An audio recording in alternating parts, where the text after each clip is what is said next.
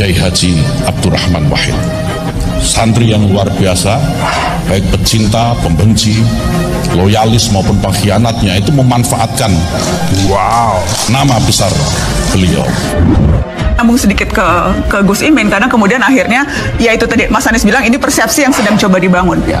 Dan kemudian akhirnya soal pengkhianatan itu ke belakang sampai keluar lagi tuh, wah sama pasangannya juga dulu mengkudeta Gus Dur. Berkhianat juga pada Gus Dur, itu narasi yang kemudian disambung-sambungkan. Akhir-akhir ini memang syarat dengan aroma-aroma pengkhianatan, syarat dengan aroma-aroma pengkhianatan. Tanggapan Anda soal itu, Gus? Narasi itu tiap 5 tahun selalu muncul. Setiap pemilu dimunculkan, di-sharekan. Tentu musiman lah saya bilang itu. Semenjak kemenangan Gus Yahya di Lampung itu, boleh dibilang memang terjadi decoupling, ya, pemisahan antara PBNU dengan PKB gitu. Dan itu kelihatan dari pernyataan-pernyataan Gus Yahya, dari kebijakan-kebijakannya begitu. Mengalahkan Said Agil Siraj dan Muhaimin ini kan memang sebetulnya kan pendekarnya kan 3 serangkai itu Ansor semua. Saifullah Yusuf, Nusron Wahid, dan Yakut Holil Komas itu semuanya mantan Ansor semua. Gitu. Ya jadi kalau kita lihat dari decoupling semenjak itu Bang gitu. Jadi memang sudah beda arah politiknya. Insya Allah Mas Anies dan saya untuk semua kekuatan bangsa. PKB juga memiliki sejarah panjang. Dalam waktu singkat mendapat jawaban yang lengkap dari semua ulama-ulama kita. Semua menyatakan restu dan dukungan atas pasangan Mas Anies dengan saya. Ketua Umum PBNU Yahya Khalil Stakuf membantah klaim Partai Kebangkitan Bangsa terkait dukungan para Kiai NU kepada duet Anies Baswedan Muhaimin Iskandar. Menurut Gus Yahya, perbincangan dukungan Kiai kepada pihak tertentu di Pilpres 2024 tidak pernah terjadi di PBNU. Bantahan atas klaim Partai Kebangkitan Bangsa ini disampaikan di kantor PBNU Jalan Keramat Raya, Senen, Jakarta. Indonesia tanah air beta pusaka abadi nan jaya. Saya sebutkan berulang kali, saya bisa tegaskan sekali lagi di sini bahwa tidak ada calon atas nama NU. Saya ulangi ya, tidak ada calon atas nama NU. Masih berulang lagi ini. Jadi kalau ada calon itu ya atas nama kredibilitasnya sendiri, kapasitasnya sendiri, track recordnya sendiri, dan seterusnya. Tidak ada atas nama NU. PKB yang dulu didirikan oleh Gus Dur, kalau PKB sekarang bukan PKB Gus Dur, ini PKB Caimin. Jadi beda, corak politiknya sudah berbeda, karakter politiknya sudah beda, apa yang diperjuangkan juga sudah berbeda. Ikut keliru yaitu kalau diberi PKB sekarang, PKB-nya itu yang diambil Muhaimin Iskandar dicuri.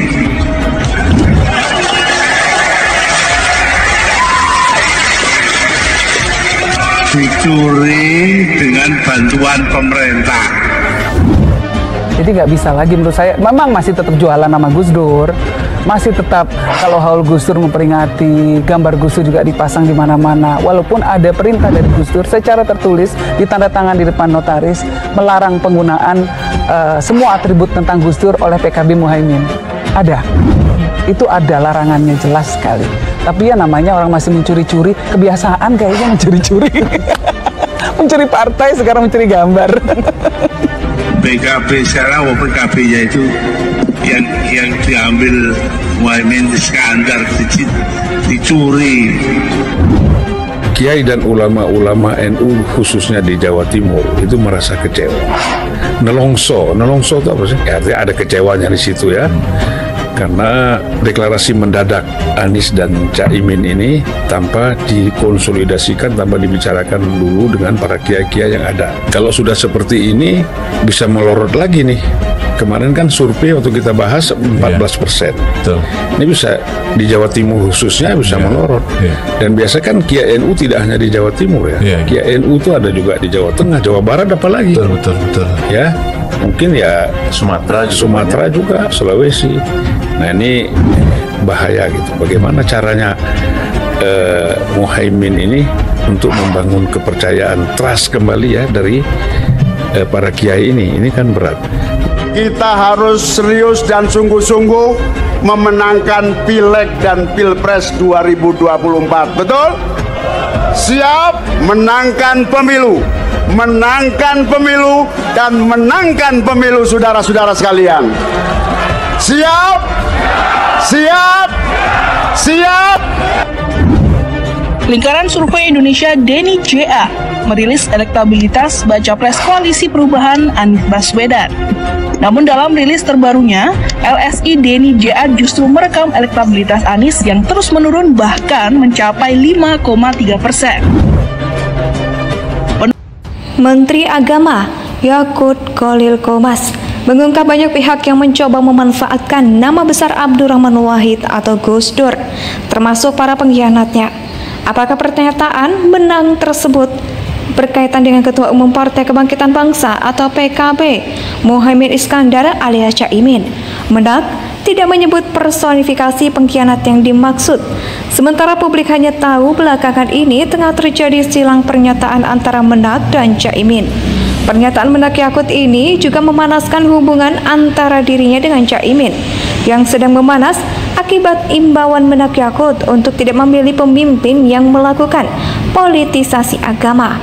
Caimin sendiri menyebut pernyataan Gus Yakut sebagai omongan buzzer saat peluncuran logo Hari Santri Nasional di Kementerian Agama pada Jumat 6 Oktober 2023. Awalnya Yakut membicarakan peran santri dalam sejarah Indonesia, termasuk peran mereka dalam peristiwa seperti masa kemerdekaan, pergolakan tahun 1965, dan masa reformasi setelah Orde Baru tumbang.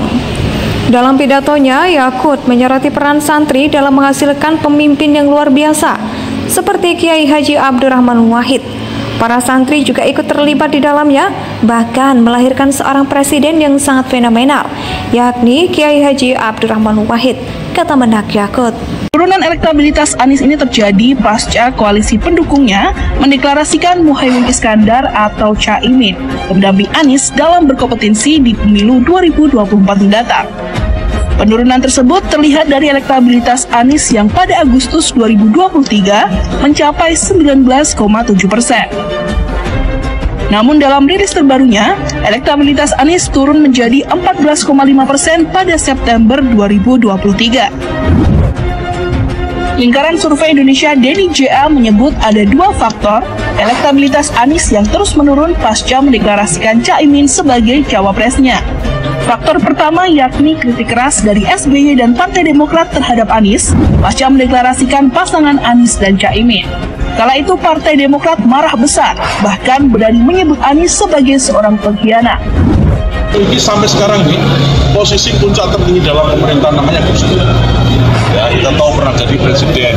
Dia presiden ke-4, Dur, ya kan? Nah sekarang kan kita tahu semua orang pakai atas nama Gus Dur. Banyak. Siapa itu? Ya, saya hanya saya bisa sebut satu-satu. Saya juga termasuk yang sering memanfaatkan Gus Dur untuk kepentingan saya. Misalnya, sama perusahaan saya ini santrinya Gus Dur.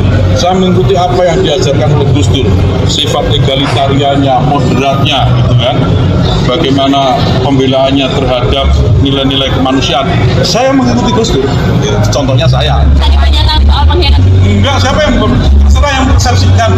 Saya nggak mau persepsikan. Saya hanya masih contoh diri saya sendiri. Contohnya saya. Baik, makasih. Kalau belum. Nah, pada Indonesia sejak dulu kala tetap dipuja-puja bangsa.